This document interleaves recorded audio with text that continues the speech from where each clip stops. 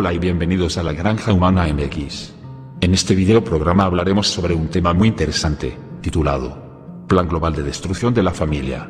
Intentemos ponernos en el lugar de un globalista que busca un control absoluto del individuo, lo que él considera su siervo, su vasallo, su esclavo. ¿Cuál será la última oposición que encontrará en su psicópata ambición de controlar a los pueblos? Todo individuo miembro de cualquier comunidad humana tiene un sano y natural mecanismo de defensa en su familia. Si te atreves a atacar, por ejemplo, a un gitano, tienes que saber que después de agredirle tendrás que derribar también a sus primos, a sus tíos, a sus cuñados, a los vecinos. Si llevamos esto a un nivel más amplio, comprendemos que el proceso globalizador tiene como mayor enemigo a la unidad familiar. Si el individuo no tiene familia, queda indefenso a cualquier ataque gubernamental. Si el individuo no tiene padre que le infunda coraje y osadía, estará sin defensa ante el adoctrinamiento secular del establishment. Si un individuo no tiene madre que le dé cariño y protección, el poder político podrá criar a esa persona al antojo de sus intereses. En palabras claras, sin tu papi y sin tu mami, el gran hermano tiene vía libre para devorarte. Adam Weishaupt, los iluminados de Baviera, dijo: se buscará la destrucción de la familia. Charles Darwin dijo una vez: si podemos motivar a las mujeres a ir detrás de los beneficios materiales, dejarán de tener hijos. H. G. Wells. Muchos piensan que solo fue un escritor de ciencia ficción, pero tiene escritos pro nuevo orden mundial. Wells hizo explícito que para llevar a cabo ese proyecto, debemos destruir y terminar la obsoleta unidad familiar. Julian Huxley dijo: si introducimos una sociedad que devalúe la vida humana y sacamos a la humanidad de su altar como ser privilegiado del planeta, entonces podremos llevarlo a nuestra sociedad controlada como población útil. Propaganda, 1920. De Bernays sentó las bases de la ingeniería social tal y como la conocemos y la sufrimos en la actualidad. El primer ensayo fueron los años 20, de AP-20s. En periodo de entreguerras, instituciones norteamericanas en estrechísima hermandad con las británicas, implementaron la primera revolución sexual, Charleston Dance, cigarrillos para mujeres, cabarets. El cine sonoro aparece en 1927 de manos de la productora Warner, Dave Singer. Se introduce en la sociedad la cocaína. Los Freud y compañía ya la habían estado probando empíricamente años atrás, y las mujeres se cortan el pelo como los hombres. Consecuencias: se quintuplica en Estados Unidos el número de orfanatos controlados por el gobierno, se triplica el número de divorcios, y se multiplica en una proporción no determinada el número de contagios de enfermedades venéreas. Lavrent Iberia dijo en la reunión de la Internacional Socialista en 1934, llevaba un siglo alterar la estructura cultural de una nación. Con los medios que tenemos ahora se puede cambiar en 5 años. Lord Bertrand Russell, filósofo eugenista de Impact of Science on Society, 1951, ya nos habla de una sociedad diseñada y fabricada por una tiranía tecnocrática. Made Society, Design Society, Create Culture y punto. Son expresiones cotidianas en la fraseología russelliana. El señor Russell dijo: al construir una sociedad narcisista en donde todos están preocupados por sí mismos, la población no se levantará por nada ni nadie, y así el gobierno dominará a cada individuo directamente. A partir de la segunda mitad del siglo XX, comienza una escalada de ataques a la estructura social y familiar de todo el mundo, con periódicas revoluciones culturales y tecnológicas que arrasarán los resquicios de sustratos culturales genuinos. Apriétense los machos. Devastación de la mujer, actualización secular del arquetipo femenino, Galton, Wells, Huxley, Russell, todos ellos hombres. Todos hicieron explícito identificar a la familia tradicional como el enemigo a batir en su sociedad ideal. Si meditamos en ello, es lógico que no haya nada más temible para los globalistas que la capacidad de amor, protección y ternura innatas en toda mujer. Si la fuerza política quiere adoctrinar a las nuevas generaciones, saben que tienen que a. aniquilar a las madres, o b. convertir a las madres en estériles repetidores de propaganda. ¿Qué hicieron? Hicieron ambas cosas.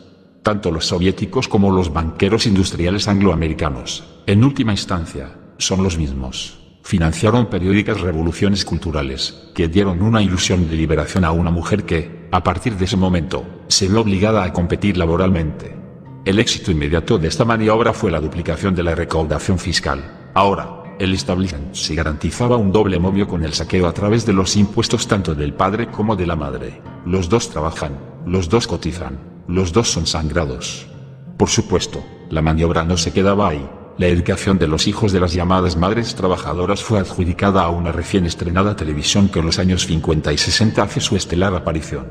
Los índices de divorcio se dispararon exponencialmente a lo largo de toda la segunda mitad del siglo XX, también el de los abortos y el de los orfanatos gubernamentales.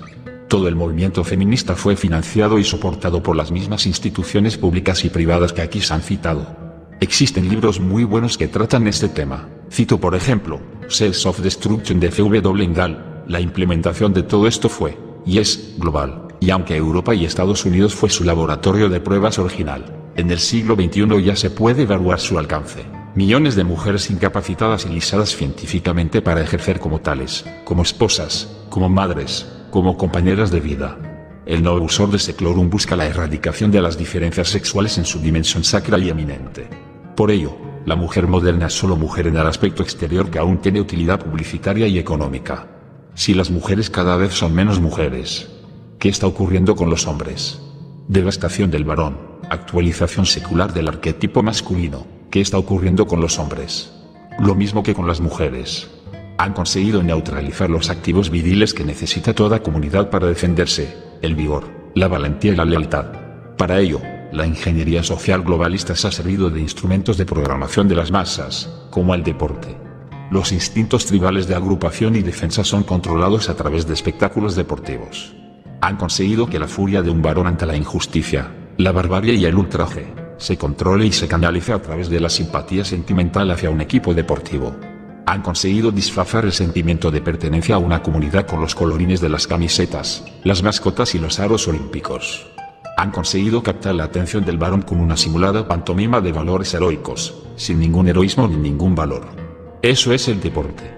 Otro instrumento para desvirilizar al hombre moderno e incapacitarlo de cara a la formación de una familia ha sido el erotismo. La psicología conductivista aplicada a las masas sabe que un varón bombardeado con estímulos eróticos constantes, acaba acostumbrándose al contenido erótico de tal forma que su libido queda desvigorizada y reducida a lo estrictamente biológico genital. Algunos lectores jóvenes se sorprenderán, pero así es. Cuanto más derroche de energía sexual, menos virilidad. Más claro, cuanta más pornografía, menos fuerza viril. Esta emasculación espiritual del varón y la animalización de su sexualidad, favorece una trivialización del adulterio, en la actualidad generalizada en todos los países occidentales. A quien no le quede claro que el varón es cada vez menos viril, menos leal y menos vigoroso. Existen otras herramientas importantes en la desvirilización del hombre moderno, como la industria farmacéutica, la industria alimenticia o la industria del entretenimiento. Incluso en términos cuantitativos y físicos, la OMS reconoce que la calidad del esperma de la población estadounidense se ha reducido en los últimos 30 años en niveles inexplicables. Algo parecido pasa con los europeos y con todos los varones de un mundo ya globalizado. ¿Y si todos reconocen que este mundo ya está globalizado? Yo pregunto, díganme, señores, ¿quién lo ha globalizado? Esto es clave. La familia no ha muerto en menos de un siglo por un proceso natural. Se ha cometido un asesinato con alevosía. Existen presupuestos anuales de millones de dólares dirigidos a instituciones, fundaciones y think tanks que buscan optimizar el control tecnocrático sobre una población valorada como un rebaño de ovejas. Departamentos militares, servicios de inteligencia, ministerios públicos, instituciones filantrópicas. Todos persiguen un mismo objetivo, llámenlo socialismo si quieren, y verán en qué polémica se meten.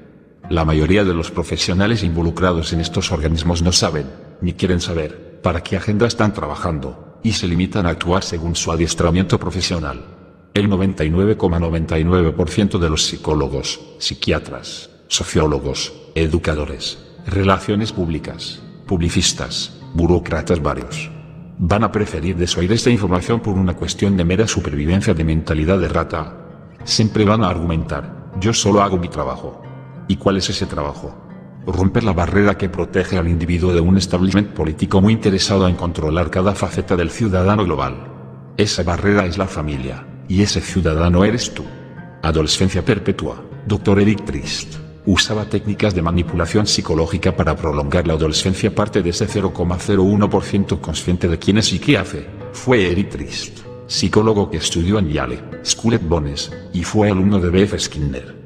Trist observó la posibilidad de modificar la conducta, de hecho, lo llaman conductivismo, behaviorism, a través de ciertas técnicas. Existe una palabra clave en el conductivismo de masas, crisis. ¿Cuál es la época más crítica de todo ser humano? La adolescencia. Por ello, se busca prolongar la adolescencia de la población en sendos límites para prefabricar una sociedad global infantil, inmadura, descentrada, irreflexiva, dispersa, distraída y maleable. En civilizaciones normales, la adolescencia era un corto y natural lapso de tiempo, 1 o 2 años, a los 15 o 16 años, que precedía las responsabilidades de la vida adulta. Tras 100 años de trabajo de los think tank globalistas, la adolescencia es un amorfo tiempo extendido desde los 10 años hasta unos indeterminados 30 y tantos, o incluso más.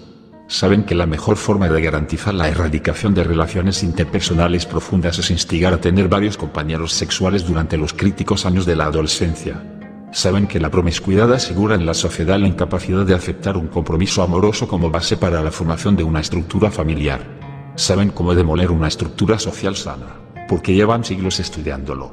A través del más media se sexualizó a los prepúberes y se prolongó el infantilismo en edades avanzadas, tal y como el Dr. Trist teorizó hablando de lo deseable que era lo que él llamó adolescencia perpetua.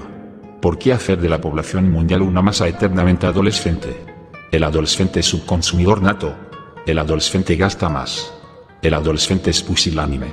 Y sobre todo, el adolescente no es ni un niño ni un adulto, es decir, es completamente dependiente y, al mismo tiempo, es incapaz de formar una estructura familiar independiente. Abrir los ojos y mirad a vuestro alrededor. Medios y herramientas de propaganda global. Joseph Goebbels, profundo conocedor y admirador del trabajo de Bernays, dejó en sus escritos sobre Weltanschauungskrieg en 1939. En las próximas décadas tendremos medios suficientes para modificar completamente la percepción que el europeo tiene del mundo. Esos medios ya lo señaló Levin y después Russell eran medios técnicos, o en definitiva, tecnológicos. La propaganda se serviría de los nuevos medios de comunicación que aspirarán a tener un alcance global a lo largo de todo el siglo XX. La industria del deporte. Goebbels dijo con referencia a los Juegos Olímpicos de Berlín en 1936, este grandioso evento será la demostración experimental que mostraremos al mundo de nuestras ideas. El poder propagandístico del deporte es inmenso en la sociedad global. Incide con virulencia en la emotividad de las masas para transmitir contenidos pseudoheroicos a niños y adultos. Erradica las referencias viriles genuinas de la cultura, para sustituirlas por modelos comportamentales prefabricados. Por ejemplo, un niño hindú normal crecía escuchando historias de Arjuna, un niño español normal se criaba escuchando leyendas del Cid Campeador, o un niño egipcio normal aprendía de los relatos que escuchaba de Dulnun. En el mundo globalizado, esa autenticidad cultural fue sustituida por Leo Messi, Cristiano Ronaldo, Kobe Bryant, Tiger Woods, Michael Phelps y compañía. La industria del cine. Si el deporte es la principal herramienta de propaganda global sobre los instintos activo masculinos, la industria del cine se sirve de la pasividad inherente a todo espectador para llevar a cabo una profundísima manipulación psicológica. Que nadie lo dude, el cine es un medio propagandístico. Como industria nació en Los Ángeles a principios del siglo XX, y en él siempre prevaleció la producción por encima de cualquier dirección artística o trabajo interpretativo a sueldo. El dueño de una película es siempre el productor. El cine no es un medio artístico en el que se insertó una industria. No. Es una industria de propaganda en la que dentro existen destellos artísticos que en última instancia están a sueldo de la producción. En palabras aún más claras, el cine no es el séptimo arte, sino que es y siempre fue desde su aparición la principal herramienta de propaganda global. Sobre todo después de la crisis de los años 40, el cine de Hollywood ni tan siquiera es rentable en términos económicos. De nuevo, la financiación de una herramienta propagandística, en este caso, el cine, todo ello, se apoya en una sofisticada estructura de fundaciones, entidades privadas y subvenciones públicas más interesadas en su función propagandística y publicitaria. ¿Os habéis preguntado cuánta gente tendría que ir al cine y pagar su entrada para pagar los caches de Steven Spielberg, Angelina Jolie o Tom Hanks? No hay gente ni salas de cine en el mundo suficientes para sufragar esas cifras. Hay otros financistas y otros intereses. ¿Cuál es la función simbólica de una estrella? La de guiar, la estrella polar, o el crucero del sur, nos guía. La estrella de Oriente guía a los Reyes Magos. Alguien bien guiado es alguien con estrella. Obsérvese que se ha creado un explícito sistema de estrellas, Star System, literalmente así llamado. La población mundial es guiada científicamente por unas referencias comportamentales sistematizadas, las estrellas de cine. Para formar parte de ese sistema estelar, además de ser actor, hay que tener algunos de los siguientes requisitos, o ser de origen judeo-eskenazita, o estar divorciado, o tener un pasado problemático con las drogas y el alcohol, o en muchos casos, los tres al mismo tiempo. De forma descarada, Algunas de estas referencias estelares se presentan como embajadores de buena voluntad de la ONU, otros como caballeros de la Reina de Inglaterra, y otros directamente como directores y miembros de entidades educativas, academias artísticas, fundaciones filantrópicas, ministerios de cultura, universidades varias. Estos sinvergüenzas son las referencias comportamentales de todo el mundo globalizado, y a estas alturas la influencia de esta herramienta de ingeniería social se encuentra en extremo desbocada. Toda la industria del sexo y porno está diseñada para esclavizarte, no para el placer. La industria del sexo. Conviene tomarse en serio como enemigo a la llamada industria del sexo. En volumen de negocio solo tiene parangón con la industria del cine convencional. Si se estudia su financiación y su origen se comprende qué función propagandística tiene. Con la pornografía, tal y como con el opio o la cocaína, ocurre que los primeros consumidores y traficantes formaban parte de la misma élite política. Los primeros pornógrafos fueron nobles europeos e industriales norteamericanos más o menos pervertidos. Con las revoluciones culturales de los 60 y los 70, la población tuvo acceso libre a la pornografía, a través de empresas con el mismo origen que las cinematográficas. Hollywood está al lado de San Fernando Valley. Para comprender rápidamente la importancia de la industria del sexo en el plan global de destrucción cultural, basta saber que uno de sus magnates, Hefner, fue asistente registrado de varias reuniones Bilderberg. Porque comparten mesa tipos como Hefner o Larry Flint con tipos como Henry Kissinger o David Rockefeller. Insisto en que hay que tomarse en serio la amenaza de la industria pornográfica. Ataca y arrasa cimientos culturales con poquísimo esfuerzo, rápido y en masa. No se trata solo de que el onanismo desvitalice al consumidor de estos contenidos hasta límites que prácticamente ningún moderno va a reconocer por un hipócrita pudor. La pornografía de masa va más lejos. La misma actividad sexual se muestra como una mera masturbación con otro cuerpo, profanando toda valencia sagrada de la sexualidad.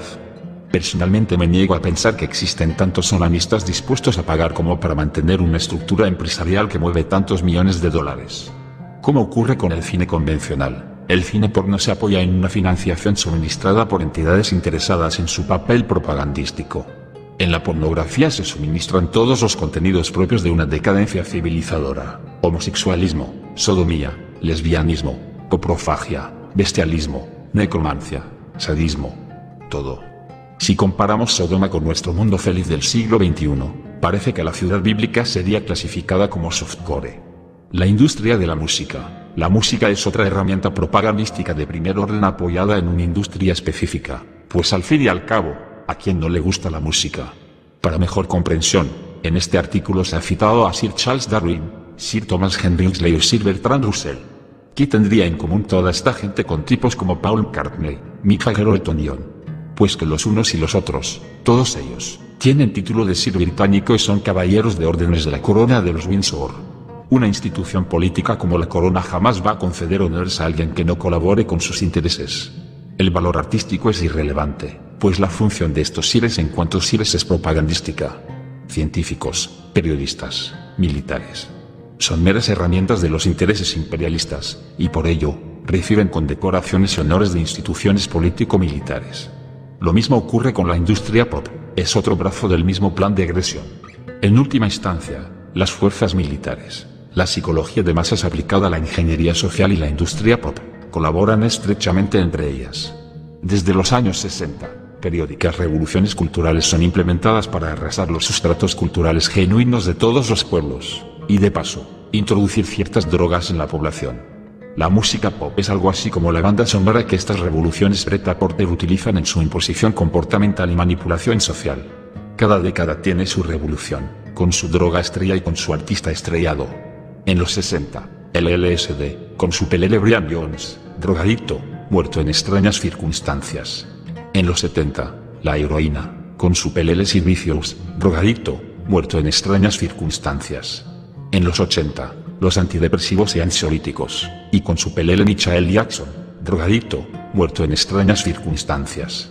En los 90, la cocaína, con su pelele Kurt Cobain, drogadicto, muerto en extrañas circunstancias. Las revoluciones pop siguen un patrón repetido: devastación cultural, imposición de una referencia comportamental e introducción social de alguna droga. La única diferencia esencial entre las diferentes revoluciones pop es que en cada década se consigue un alcance mayor, pues las herramientas de propaganda cada vez son más numerosas y potentes. El último y más salvaje ejemplo de esta imposición cultural es el llamado hip hop. Una vez más hay que saber discernir entre la manifestación cultural legítima de un pueblo y la utilidad de manipulación cultural que el plan globalista extrae. El pueblo afroamericano es una de las comunidades más castigadas por la ingeniería social tecnocrática. El pueblo afroamericano fue usado para proyectar una revolución cultural global, aplicada en todo el mundo, con unos contenidos claros: culto a la violencia, las drogas, el dinero, el crimen y la misoginia. Con la cultura hip hop, la música pop como herramienta en manos de la ingeniería social global llegó a un nivel de devastación sin precedentes en la historia de la globalización cultural. La industria del entretenimiento, todos estos medios propagandísticos globales, deporte, cine, pornografía, música pop, se presentan con el pretexto de ofrecer un inocente entretenimiento. De hecho, ellos hablan de una industria del entretenimiento como un cajón desastre donde entra todo tipo de propaganda. Fijaos en esta palabra, entretenimiento. El entretenimiento es la acción de entretener y, definido por la RALE, entretener no es sino distraer a alguien impidiéndole hacer algo. Es decir, no hay entretenimiento posible sin la voluntad de alguien que busca impedir algo al entretenido. ¿Qué pretende impedir la industria del entretenimiento? Impedir que cuestiones, que te enfurezcas, que razones, que luches, que veas, que hables, que ames, que leas, que escribas, que pienses. En definitiva, que vivas. Zbigniew Brzezinski dijo en 1970, en Metwentwages, que en las próximas décadas va a resultar prácticamente imposible la existencia de un pensamiento propio. ¿Acaso piensas que el señor Brzezinski está interesado en tu diversión? Pues lo está. Existe una industria del entretenimiento que produce cacharros que incluso fueron llamados sistemas de entretenimiento, Entertainment System. Recordemos la adolescencia perpetua del Dr. Trist y la intención de infantilizar a la población global. Hace décadas, apareció en escena algo referido con la palabra juego, game, en inglés, es decir, algo para niños. Este juego no se comercializó solo para los niños. En su desarrollo, se puede hacer un seguimiento de los contenidos y asegurar categóricamente que todo esto es muchísimo más que un juego. Es una potentísima plataforma de propaganda global con una influencia de masas en constante crecimiento. Esos son los llamados videojuegos. La industria del videojuego ofrece algo novedoso con respecto a la industria del cine, una ilusión de interacción. Ante una película, el espectador está pasivo tragando contenidos. Ante un videojuego, el jugador cree estar interactuando en una trama. Por supuesto, la actividad se reduce a los movimientos de las manos sobre el llamado joystick. El videojugador se involucra emotivamente con lo que está presenciando a través de su ilusoria participación. Resulta previsible que sus apologistas y publicistas aseguren que el videojuego no es más que un juego, como el ajedrez, las damas o el mancala. Pero no es así, los contenidos están científicamente escogidos y en la industria están involucrados las mismas instituciones, entidades, universidades y las mismas corporaciones paraguas que están detrás del deporte, el cine o la pornografía. Existen extremos ya alcanzados como videojuegos consistentes en ser un criminal proxeneta, San Andreas, de Rockstar Games, atropellar mujeres embarazadas, Carmageddon, de Stainless Games, o realizar orgías sexuales, Sex Friend, de Stone Age. En el extremo del entretenimiento ya alcanzado existen videojuegos que ofrecen una vida alternativa a la vida real, una vida virtual, una cibervida, Second Life, de Linden Research. Y es que estos juegos hace tiempo que dejaron claras sus intenciones, crear una realidad paralela, virtual y paradójica en el sentido de que no puede ser real. El desarrollo de esta herramienta como medio propagandístico llevaría el poder de manipulación psicológica hasta límites difíciles de predecir. Preferimos ceñirnos a la actualidad. Si la industria del entretenimiento sigue desarrollándose al mismo ritmo que lo está haciendo, ni los más optimistas pueden alejar los próximos años que señaló Brzezinski en 1970, del futuro más inmediato. Los medios de propaganda global y psicomanipulación de masas habrán llegado en ese momento a la culminación de su expansión exterior.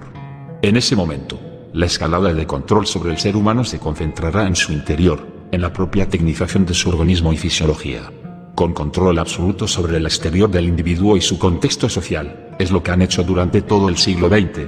La tecnocracia global a lo largo del siglo XXI se sumergirá en el control de su interior y su computarización psicológica. Este viaje infernal ya ha comenzado.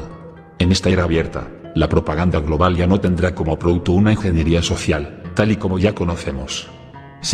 Empieza a ser, aún más horrible, al controlar ya no solo el exterior y lo social, sino el interior y lo psicofisiológico. La industria propagandística global arrojaría una ingeniería psíquica. El siglo XXI se presenta así para la tiranía científica, la sociedad, lo que ya Lebón valoró como masa, y ya está controlada, Ahora resta controlar directamente al individuo.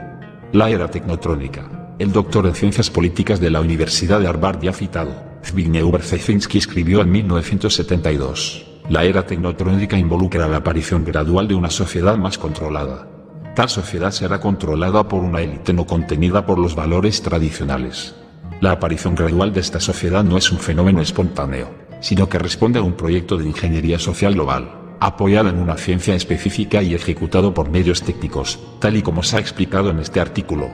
Esa aparición gradual que Brzezinski anunció en los años 70, en los años 90 se convirtió en algo visible. Recordemos a George H.W. Bush en 1991 y Suya Celebrates Coming in the View, y en el siglo XXI es palpable. Una sociedad global uniformada y controlada por medios técnicos en manos de una reducida minoría que proyecta sucedáneos culturales, ideológicos y religiosos a una población en la que han arrasado su sustrato intelectual y espiritual genuino a lo largo del último siglo. En efecto, tal y como dijo y dice Brzezinski, esta sociedad ya está controlada por una élite no contenida por los valores tradicionales. Lo que da cohesión a esta élite no es ninguna familia, ni raza, ni religión, es la perpetuación de su oligarquía a través de herramientas tecnológicas y científicas. Para dicha perpetuación, es necesario arrasar todo, resquicio de sustrato cultural genuino, cualquier base de una comunidad humana, toda estructura de agrupación y cooperación. Hasta aquí el video. Espero les haya gustado. De ser el caso, compártelo en tus redes sociales y danos pulgar arriba. No olvides poner tu opinión aquí abajo en el área de comentarios. Como decimos siempre, es bueno enriquecernos todos de las diferentes opiniones y puntos de vista de cada uno de ustedes, que son el corazón de este proyecto que intenta despertar un poco de conciencia en este mundo caótico. Nos vemos hasta el próximo video programa aquí en tu gran...